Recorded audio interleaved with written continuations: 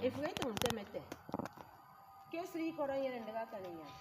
Inyanga yen ndekoro yararu. Adi ri yang igbomarawo mo yoruba. Ada dawo kanenya. Ete keri akiton. Senyo ekpa akiton.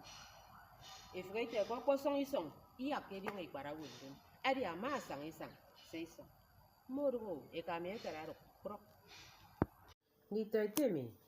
Iya irung ririo esen fan. Kuririo esre ririo ngpo. Enyo bobo ngpo biat. Eberu sunga ba iti ngpo. Oto utririo kisa.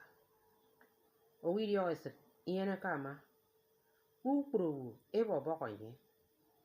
Enyi yene ke bire me ye berere. Kuru enyi ngasie enye karabia ngpo. Enyene ririo eset uyene kima. Ima yirio eset idiana kariana. Kuri ima bebe ni dio si yum kendi pot. Si awi dio si redio guru wo yene kembam. Enyene di dio si rabanga yene kaf.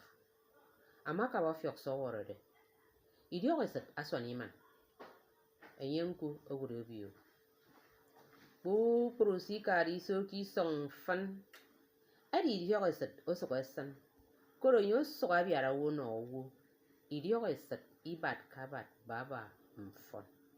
Nito ite, itrero, ifi ay gup si yo esre kamare. Mbo isa songo, etie songo tutwini efe.